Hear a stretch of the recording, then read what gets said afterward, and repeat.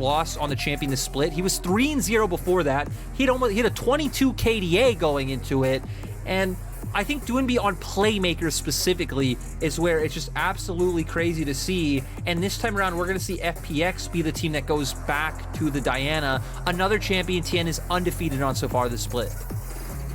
Yeah, just swapping it out this time round. They're going to swap the junglers, so the Tien gets the Diana, Rumble goes over to Wei, and they pick up the Gwen as well. So pretty much the same draft coming out from both sides, just a swap of junglers. And I wonder where FPX will go with top lane now, right? Because the set matchup went so horribly wrong for the side of FPX. Some things we've seen do decently into it, right? Is like the Wukong came out, didn't do bad in lane. The Volibear we've seen can go fine, but instead gonna opt for the Jayce. Another matchup where, because of how long that Hollowed Mist cooldown is, Jayce still has a lot of windows where he can play to try to bully out the Gwen. You do have that Ian Hammer form to knock her back when she tries to Ian onto you. So there's some tools to play around, especially with the fact that this is one of Nuguri's go-to comfort champions. So I think that's gonna feel a lot better for FPX going into this game. I do feel as well, if we look at the bans and how the whole draft came out from game 1, I feel like the set was intended to go to Crisp in that bot lane, and then they, with the top lane bans, they ended up having thrown into them in the top side on the second rotation. RNG kind of forced the set to go into top. I don't feel like it was a natural progression to put it into. It still works, obviously, but definitely had a lot worse of a time, as we now see the bans going into that bot lane, the Varus and the Nautilus both taken away here, and I wouldn't actually mind seeing RNG ban away the Tam Kens. Just get rid of that safety, make sure that you're putting as much pressure onto LWX as you physically can. Well, I would just wonder what FPX would go for now, right? Because they get first pick. They were the team that chose the Varus last time around. They're going to be the ones to take that away this time. I wouldn't expect for them to be the ones who want to go with the Kalista themselves. We do still have the Tristana open, which is something that we hit on in game 1. They could maybe even pull out something maybe like more or early game oriented if they want to go towards something like along the lines of a Jhin, but yeah, I think other than Tristan, I'm not quite sure where FPX will be looking with this one. The Kaisa is still open as well, but again, we've seen that pick specifically struggle a lot in this current meta. Well, it's struggling, but it is going to be a comfort for the likes of Lwx. Has played an absolute boat ton of it, so he's going to be picking that one up and going in towards that bot side, which means the last pick will be in support for the side of FPX. As RNG now decide what their bot lane wants to look like. They know they're going up against the Kaisa. They're probably pretty confident it's going up against a hard engaged support, or maybe even a Braum if they wanted to go with the Xayah Rakan combination and set themselves up for a nice early mid-game 5v5 team fight composition. And everyone knows that Gala's go-to champion is the Kaisa, but his second go-to for a long time was the Xayah, and that's because when this guy came into prominence, initially into the LPL, Sino Dragons, it was all the Xayah and Kaisa meta, so this is definitely a comfort for him.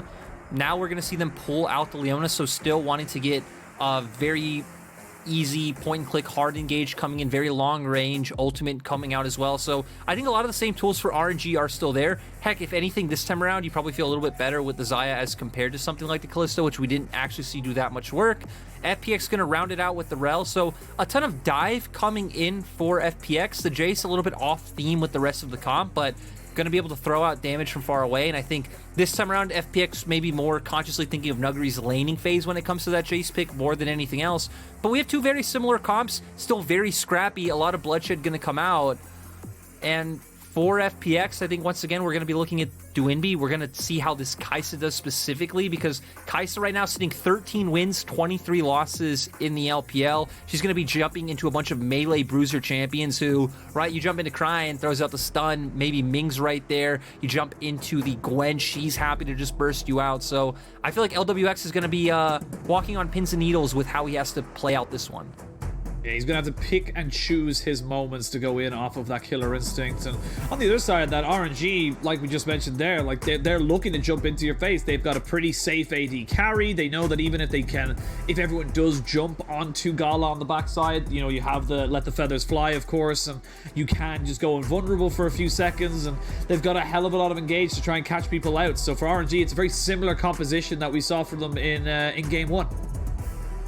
Yeah, and we're once again going to be looking at the top lane matchup. I think this time around, it should even be more volatile, right? Because, sure, Nuguri did go down 2 times in the first game, but ultimately you are still on a tank. We saw FPX be able to bring him back into relevance into that game, to where for Jayce, a lot squishier of a champion. A lot of your lanes are very volatile, even if things like the wave setup goes wrong, you have to go a bit too far forward. RNG will have a very easy time punishing that one. So for the side of FPX, I think it actually looks a bit rougher than it did last time around in terms of draft. For RNG, we said we didn't really care for the Renekton pick. They are still going to go back to what is comfort for them. We know Cryin doesn't play all that many bruisers proficiently, so maybe that could be a reason they default back to this one, but still very skirmish heavy. They have the Rumble this time around, and it's going to be a whole lot of fun.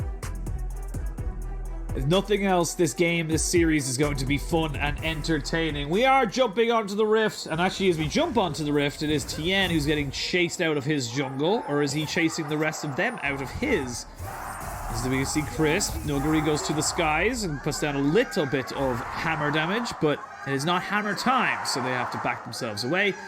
I love how these two teams play against each other. It always feels personal. It always feels like they have to just be in each other's face at all times. And that's what, in my opinion, as a play-by-play, makes fantastic League of Legends.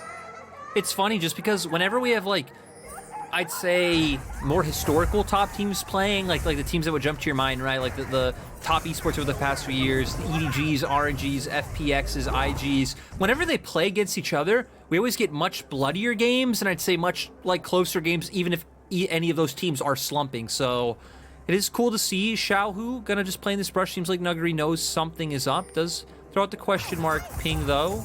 Xiaohu not gonna opt into the trade, gonna respect the trade back damage coming out from Nuguri at level 1 if he did opt to go in. Well, speaking about trade back damage, it was FPX coming out on that trade on the bot side as Ming was not very much set up as Nuguri. Oh no! Xiaohu with another solo kill, the 3rd one onto Nuguri in this series.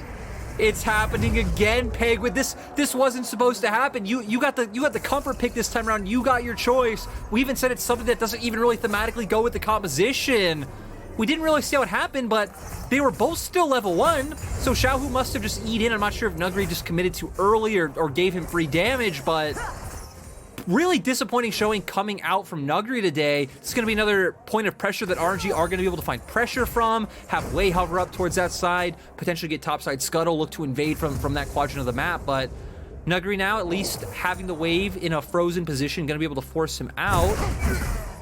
And yeah, it's just going to be Xiaohu auto attacks in. Yeah, it's just auto attacks. right. Just... he does get the bonus damage, does get the bonus attack speed as well as extended range. So a lot of as wells right there, as Gwen's E does do a ton of things. But yeah, this actually ended up working out for Nuguri in the end. Xiaohu will eventually be able to catch this wave, but it is a bit rough right now. Tien not pathing towards this side of the map, so no sort of dive able to come out. And you even see RNG actually are the ones playing around it, both Cryin and Wei making their way up to try to ease this pressure off of Xiaohu. Yeah, they know that they need to try and just make sure that Xiaohu doesn't get put into the dirt. God. Now, Nuguri might be in a little bit of trouble. There's the slice, where's the dice? Is he going to have the flash available to him? He will. Nuguri tries to get out of this one and should be fine. But again, RNG just punishing this volatile Jayce pick. You mentioned how volatile this top lane matchup is, and with the extra pressure being put down, they're able to make something work for them in the top side. But speaking of the bot side and pressure, we're going to see a return gank into the bot lane. Flash forward, getting down the Ferromancy, you get the attack repel as well. But they are going to trade it 1 for 1. The TP comes in here from Cryin, and he's here to defend Ming. It was a trade of support for AD carry, so still a net positive for FPX and they gain a global. Yeah, Flash E coming out from Crisp. Still, though, I mean, the fact that it is only a 1 for 1 in the end, I think RNG are feeling fine, especially with the fact that Cryin didn't lose anything in mid, because Doinb path down towards bot side. He's still up in CS. Wei now trying to push that wave in, was hoping to deny Doinb something, and I'm wondering if maybe Cryin wants to go for a reset, but actually looks like he already did. So no CS loss, no EXP lost, 1 for 1, and you're the team who didn't commit anything, but Xiaohu no flash up might get punished. He did see Crisp roaming in. Nuguri trying to just see if he could bait him in, saying, look how juicy I am. You know you want to go for this kill. But Xiaohu being disciplined, recognizing that he is almost certainly dead if he goes for that play, as Wei comes in just to make sure he can farm very, very safely. But now we're going to see, without a teleport for Nuguri, he's going to have to reset now and lose probably a wave, maybe a wave and a half off on this top side, as Wei snuck himself in now into this red buff, seeing if he can catch someone out on a poor rotation.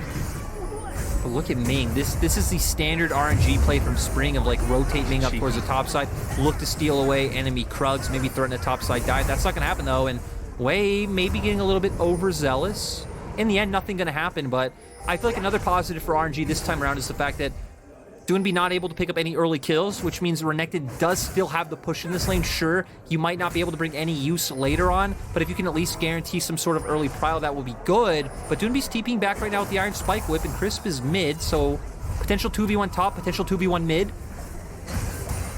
So Cryin did have to flash. Yep, did have to flash, so Cryin not able to keep that summoner going for him, as we did see the Iron Spike Whip now being picked up here by Doinb as he TP back into the lane. So more pressure into that mid lane that we've talked about now in the matchup, but it does feel like to me this Renekton pick is not comfortable for the side of Cryin, but more of a denial away from FPX. This feels like they're taking it away from FPX because they know how powerful Doinb can be on a champion like this, and they would rather have it themselves than give it over. It could be that. I do think it is a bit of both, because, I mean, Cryin has shown in previous seasons he does play the Renekton pick, but I just think it's overall right. He's never looked as comfortable on bruiser champions as he has when it comes to control mages. As Equalizer going to come out. Let's get a bit of damage. There's a Dominus down. They're going to try and fight this tournament straight away as the Leona picks up the kill onto Chris. The Diana falls as well. Now Doinb left all on his lonesome, forced to safeguard and flash his way. Yes, they get the dragon, but the kills go in favor of RNG, and Cryin looking a lot better on Renekton in this game too. Yeah, is able to get in there after Ming actually missed the Zenith Blade, set up a bunch of those kills coming out, and once again, it is all going wrong for the side of FPX, though we did see them able to come back from it in game one, so not the worst deal coming out from them is Wei taking a bunch of punishment. Doesn't have flash either. Oh, there's a resonating strike in about 2 seconds. They're not going to go for it. Cryin is there just to be able to eat that up, and a little scary there for Wei. He needs to be very, very careful. And now knowing that Wei can't really be in this jungle, Chris feels a lot more comfortable walking forward, putting down deep vision, making sure that he has eyes on the enemy jungler whenever his team need it. That's going to be a little bit of a pressure point now for FPX. They can see just how powerful this Lee Sin mid lane can be. One thing I like is that we've seen both teams transition from game one with the AD carry selection, right? Because we do have Kaisa versus Xayah. Xayah does bring all that safety that you talked about. We've seen both supports playing primarily up towards mid and top side this game. We're going to get a replay of the original fight. Equalizer does come out, Cryin on one side, Ming on the other. Cryin just really being the one to start it off. We do see Chris turn around thinking, hey, maybe they can take it, and Cryin would be able to start that engage no matter what. They're just able to turn the fight. Sure, Doinb gets one, but not enough for the side of FPX. RNG on opposite ends are going to be able to guarantee themselves an early Rift Herald, but we can see that is because Ming and Gala rotated up, so Lwx and Crisp are denying minions and getting plates down in the bottom side of the map.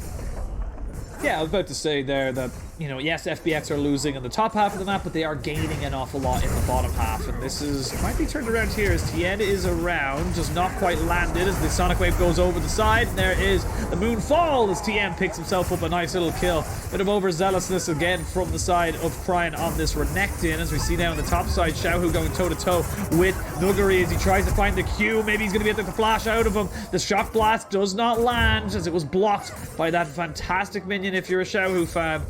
Nuguri loses his flash. Xiaohu does not lose his. Yeah, so overall win for him. Let's see if Nuguri can do a blind accelerated shock blast. Though Xiaohu would still have the hollowed mist coming out in the form of his W, so wouldn't be too bad on his side. Xiaohu's still doing a nice job of controlling this matchup slightly ahead if we factor in the minions he's going to pick up from this wave. And I like what FPX had pivoted to where it's like, hey, it's more around mid, it's more around bot. We've seen our top side fall behind early. I think Jayce also much worse in 2v2s because all you really bring is burst. And Diana's kind of the same. You don't bring any CC setup. It would just be 2 burst champions. No setup for either side. Oh no. speaking of Spurs setup, you can see Lwx forced to flash and cleanse. Tien is here, but Wei is not too far away from either, as he's going to force to use that dash straight away. He does have the feathers to go flying and to fly all the way back. No flash on Tien, but Wei may look to try and go for it. He's so low. But they decide not to overcommit to the dive. But again, net positive for RNG as they try and win back this bot lane. I mean, RNG overcommitted to the initial dive, right? We saw Ming have to flash away. And then Wei having to drop that equalizer, I think, is primarily to dissuade Tien from going for that kill onto Ming. Then it just, you know, turns out that they have the angle to kill him with the feathers of Xayah. But like you said, they're going to be able to drop Herald. They're going to be able to get first turret gold. They were able to get some plates as well. So despite the fact that they haven't given Gala almost any attention in this game so far, Gala's still going to be a big benefactor of the early pressure that RNG have had. And now he's actually going to have a slight gold lead on Lwx. Yeah, was able to equal out the minions, was able to get obviously all those plates as well. So nice little move there for Gala onto the Xayah. And Xayah is that kind of champion that we don't really see as much of anymore in the meta, because she does really heavily rely on getting 3 items, 3.5 items before she becomes that hyper carry late in the late game. So getting her to that point can be a bit tedious, but for RNG, good start there as they're able to kind of almost pick up the first mythic and as well as boots. I also think when talking about Xayah, right, there's also a lot of like rougher matchups for her in this meta. The Varus coming out, when you have the Thresh, like things like the Jinx and the Kog'Maw, you outranger, you outscale her and do more later on. So a lot of bad things for Xayah in this meta, when you would think maybe she could be okay because there are a lot of potential divers coming in, and that's when you would typically see her come out, but not today. Is RNG now going to just kind of start pivoting towards bottom side of the map. FPX were able to get control of mid first, so looks like they will have set up for this dragon. Neither top laner has TP, so if any fighting happened, it would be a 4v4, but Cryin wanting to go for the recall. He does have TP actually, so maybe another fight set up from RNG.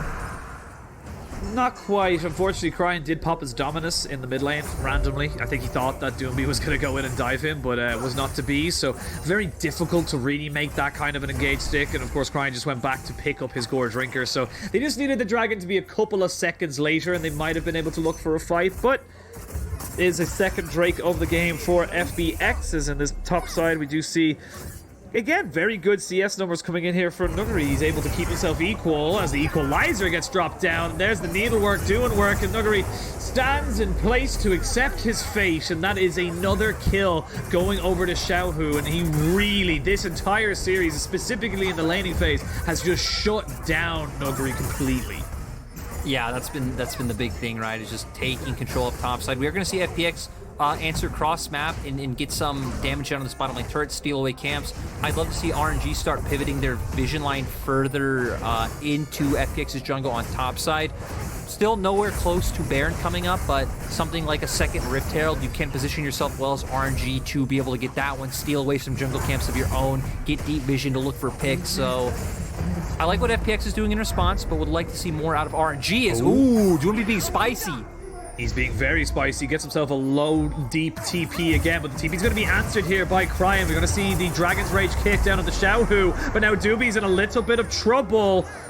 Xiaohu, I actually think he got his TP cancelled as Doinb Lee goes back in, gets one. Has he got enough damage to get two? The Shock Blast, not quite enough as the flash is there. There is the Prey Seeker, but not quite able to get it. Lwx has flash, waiting for his Q, but not really going to be able to go for it. Now Ming trying to find Tien, who's now got himself between turrets as they're going to go for it. Ming picks himself up the kill with the Solar Flare. Nicely done there, and I do believe that was Tien just going in and ulting off on Cryin, stopping him from getting his TP off. Yep, exactly. He went in, he most likely ulted onto Cryin, stopped his TP, took a bunch of damage in return, had to give up his life in return, so ultimately ended up being a 1-for-1. It did allow for FPX to be the team to get vision topside though, so I think there is a bit of a positive for FPX in that one, especially when we see that Rift Herald is about to respond. So not all bad for FPX when it comes to that one. Not the worst as we have a look at the replay here. We can see Doinb Lee coming in, and he's very wary of how he wants to do this. When you have a look now, it's just like, oh, just catches him in the bush. Nothing he could do about that, Tien. Very good awareness to stop out the Crocodile, because I think if Renekton comes in, Doinb doesn't go for this extra kill, and they probably lose Nuguri as well. Oh, definitely. And kind of interesting, I wonder if Doinb was initially trying to get on the way, and the zoning from Xiaohu is what made him pivot to that one. Coming back onto the map, almost everyone is making their way up towards this Herald. I wonder if FPX are just going to concede, because we see Doinb is still just pushing through the bottom half of the map, so maybe push out that wave, try and get some vision down on bot side. Just keep working your way towards Seoul. You've already picked up 2 dragons yourself as it is. If you can keep control of that side of the map, look to push further, get some picks when we do get RNG pivoting down, because Dragon is up in 1 minute 40 seconds. That could be a place where FPX can start to gain a gold lead and start pushing forward in this game, because you expect that RNG can't ignore this next Dragon as they're all making their way towards mid. They're going to drop the Rift Herald mid as well, just try and get that one down. Trade a tier 2 for, at the moment, a tier 1, so it will be 2 tier 1s, and I would argue that it is pretty worth for RNG as they do crack open the mid lane turret, and they start pathing back up towards this top side. Still a minute or so until that dragon spawns, and FPX maybe looking for something here. Doinb lands the Sonic Wave onto a minion, so Cryin just has to back himself away. Now Doinb's now 2 levels ahead of this Renekton, 202 and 50 CS ahead of Cryin. So definitely cannot say that the disadvantages for FPX are in the mid lane, because Doinb has been playing an absolute stormer. Yeah, and it also comes to the fact that, right, we've seen Doinb side laning pretty much all game when he's not making plays. He's not dropping any waves, to where for Cryin, he has continuously been grouped up with his team, looking for those advantages, hovering over, just trying to be that facilitator. But still, same result as game 1. We have a Sterix gauge already coming out from Doinb, still only on that gore drinker for Cryin. Xiaohu, I think, is totally fine here. Now for FPX, they're going to push in mid, they're going to get that vision. This is where I think their comp thematically is a bit weird. Like, you're going to have Nuguri, who's going to be able to throw out that poke, try to dissuade them from walking into chokes, and then you're going to have the other members trying to find that all in.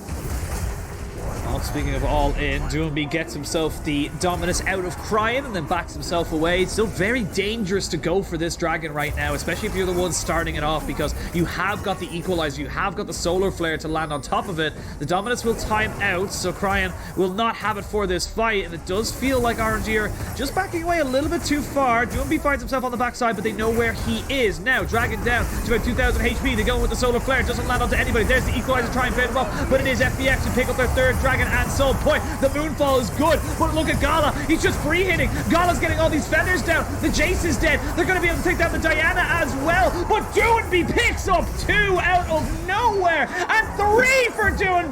This man is ridiculous. He does it for Doinb. A pentakill for Doinb. That was insane.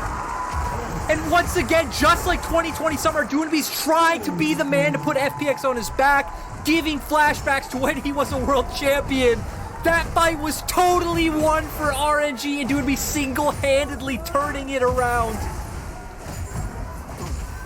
Super carry Doinb. Never have truer words been said. This man, just from the jaws of defeat, is just dragging everything back, and you can just see why they put so much emphasis onto this Lee Sin pick. And let's have a look at how this all went down. And we see so much wasted onto Tien in the back. We're going to see Doinb going in, chaining with Tien's Moonfall, looking really nice to all start off with. But this one, it starts looking so good for RNG. As you're saying, Gala's just being able to free hit Xiaohu, now taking out Lwx. But Doinb still incredibly strong, goes with that Q, and then right here, W's into the flash to close the distance. Doesn't want Xiaohu's cooldowns to come back up. Also puts him in melee range to land the Sonic Wave to pick up the kill. And I love it, like, not laughing, not smiling after all that. If you look at the player camps, he was incredibly serious, incredibly focused, and he's trying to pull FPX to victory here. Went back and bought a Black Cleaver. That was his prize. Bought a full item. Yeah, full item. He had 4,000 gold or thereabouts, about 3,500, and then just went, right, full item. I am now the carry. Look at me. I am the carry. And there, nearly 6,000 damage. He nearly does almost, the same as all the big carries on the side of RNG combined. Is now Nuguri Gonna find Cryin here, but Tien is around, and I think Cryin, you are just dead, my friend. I don't think there's many places for you to go. As I say that, the equalizer's enough to dissuade, and then the big, scary super carry Doinb is here. Xiaohu coming up on the backside. It's a very scrappy fight. Solo player to try and dissuade Lwx and Chris from going in here, and now we can have another 5v5. Crisp is the first to fall as to get the kill down onto the Kaisa as well. It's a 1-for-2 trade in favor of FPX, but look at Doinb. Look how powerful he is. Look how much he's sustaining. Look how much he's just doing. Look at the shields. Look at the heals. He's going back in. He gets one. No, not able to get another as Xiaohu shuts him down. Now Tien needs to run away. The flash forward. I don't think that was the correct move for you, Xiaohu, as they're going to keep pushing forward. As I say that, snip, snip. No, you die. And that is going to be a return kill for Tien. 5 for 4. And this series and this game is everything I could have hoped and dreamed for, Lyric.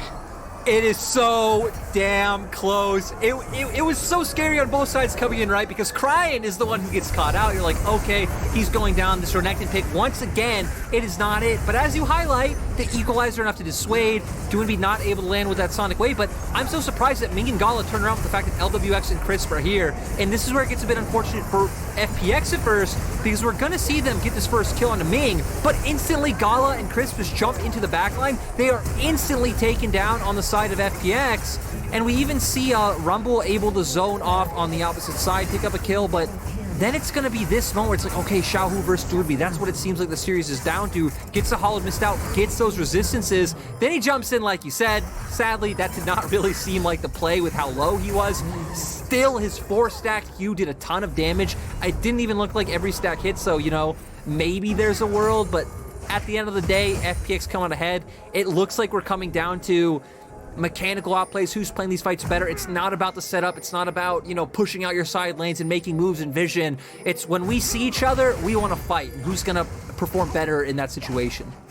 Do you want to come and fight me? Come on and catch these hands. This is what this game is all about for right now for the side of these two teams, like RNG and FPX. Coming in and just saying, you know what? It's not about the side waves. It's not about the ARAM. It's not even about the objectives. It's about in 33 seconds, we have to fight again. Now, very important to note, there's a lot of the cooldowns have not come back yet. You're still waiting on a flash for Gala. You're still waiting on flash for Cryin, Xiaohu, and Wei. Whereas on the other side, the flashes are coming up for Lwx. The flashes are coming up for Doinb, and this could be another fantastic fight for FPX if they can get Doinb back on the flank. I mean, that's the thing, right? This would be sold for them. And look how much work Nuguri has done to Gala. So it doesn't matter if this champ doesn't jump in. It can still put enough hurt onto RNG to dissuade their champions from being able to walk forward. And I feel like RNG right now are going to have to pull out a miracle. I feel like specifically Xiaohu will have to pull out a miracle. Well, Wei will have to look for the seal on this dragon first. Sonic Wave does land onto him, so the equalizer is already dead. This dragon is going down. There, Ocean Soul committed to and given over to FPX, but the Diana's first to fall. The Renekton next to go down, but look at these low health bars. Look at Lwx, look at Doinb. They're just pushing forward. They know they have the advantage here. Triple kill for Lwx, and FPX with this Ocean Soul going to turn and burn for the Baron. Yep, and it should be a free objective for them. And this is where we need to highlight Nuguri. A little bit critical of the Jayce pick coming in. He also did get solo killed, but still we saw how much work that poke did specifically to Gala. Gala not able to do anything in that fight. He can't even walk forward. The second he does, he tries to ult, instantly actually didn't flash away, just backs off. Lwx just ults in on top of him, and he is dead. Very easy fight for FPX to clean up. They are now 3k gold, probably going to make their way up to 4 or 5k gold up onto RNG. They have Soul, they have Baron. It feels like not even a miracle can save RNG at this point. It feels like we're destined for that game 3. We're not going to just need a miracle. We're going to need an entire resurrection of the second coming of Christ for RNG to come back into this one. But let's have a look at this fight, because again, the equalizer doesn't really do much apart from just back FPX away. No, and I mean, at the same time, right, health bars are already low coming in. You see, I really like that Doinb and Lwx pivot to killing the backline because they know other members like Crisp are enough to dissuade the frontliners of RNG from being able to walk forward after taking so much damage initially. So FPX going to come back out onto the map. Looks like they're going to play a bit of a 1-4 setup with Doinb playing down in bot, the rest in mid, set up deep vision in the enemy jungle, and then typically you have about one member kind of pivoting back and forth. You'd expect it to be Wei catching people out or dissuading them to walk through, trying to find picks, and then kind of ping-ponging back and forth between mid and bot with which waves are getting pushed in.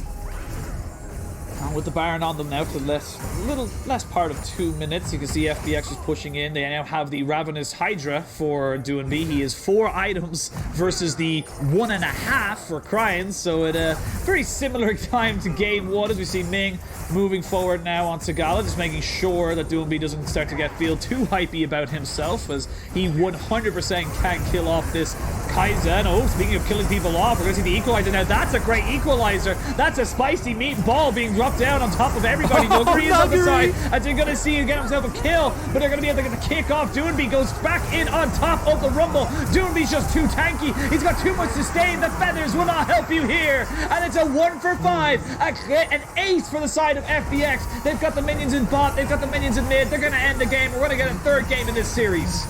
And Doinb, you know, he was the man to talk about picking up a pentakill this game.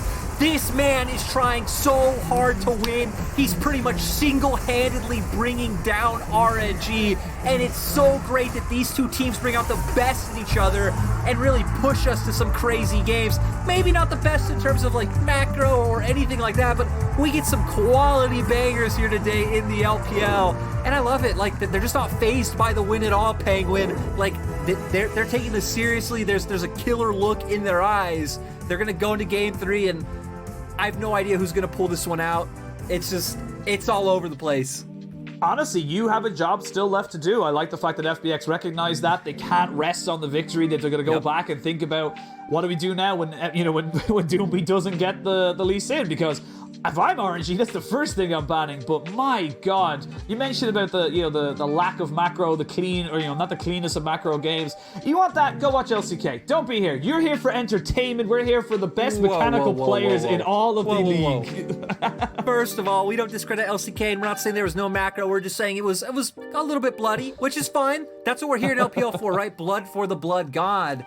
But I really like that you highlight the Lee Sin point. We talked about that going into drafting the game too. It's like, hey, RNG, you got to be the one to take that away, right? Because Doinb is just fantastic on this pick. Even if we ignore things like how strong it is in the meta or other intangibles, Doinb is a fantastic Lee Sin player, and he showed it off full well today. Once again, it got a little bit dicey for FPX in the early game, but through teamfight prowess, through the poke coming out from Nuguri, from the opportunity set up from Doinb, they were able to find their way back in it again.